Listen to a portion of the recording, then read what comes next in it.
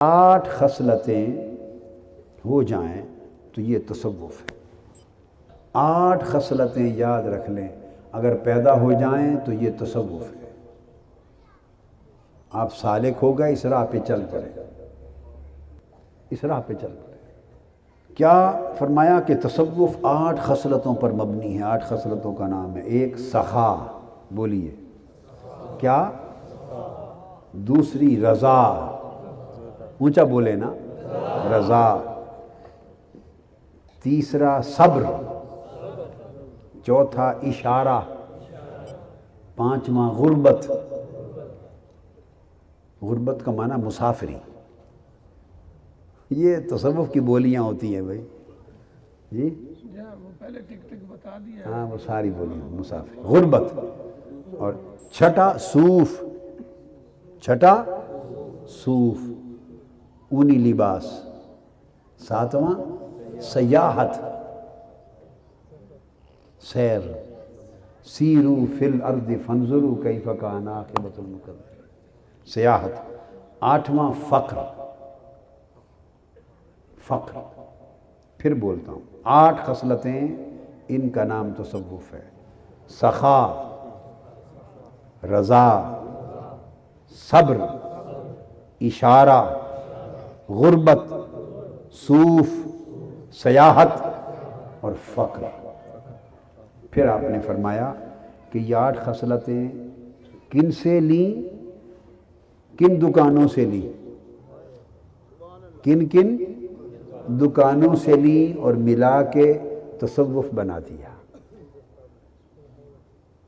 تو فرمایا سخا ابراہیم سے لی علیہ السلام۔ اب دیکھیں کتنے پھولوں کا رس ہے اس تصوف میں، کتنے پھولوں کا رس ہے۔ سخا، سخاوت، سخا کا معنی سخاوت، تو سخاوت حضرت ابراہیم سے لی۔ رضا حضرت اسماعیل سے لی۔ صبر حضرت ایوب سے لیا۔ اشارہ حضرت زکریا سے لیا۔ غربت حضرت یحییٰ سے لی۔ صوف، اونی لباس، حضرت موسیٰ سے لیا۔ سیاحت حضرت عیسیٰ سے لی، اور فقر جناب مصطفیٰ سے لیا۔ الفقر فخری، حضور نے فرمایا فقر میرا فخر ہے۔ یہ 8 پھولوں کا رس ہے جس سے تصوف بنا۔ 8 پھولوں کا رس ہے جس سے تصوف بنا۔ یہ 8 خصلتیں ہیں، 8 اولو العزم نبیوں سے لی ہیں۔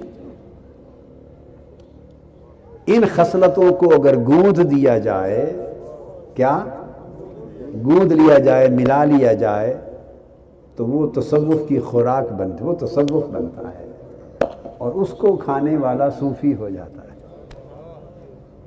اس کشتے کو کھانے والا، اس شہد کو، رس کو کھانے والا جو چاہے وہ صوفی ہوتا ہے، اور وہ صاحب صفا ہوتا ہے۔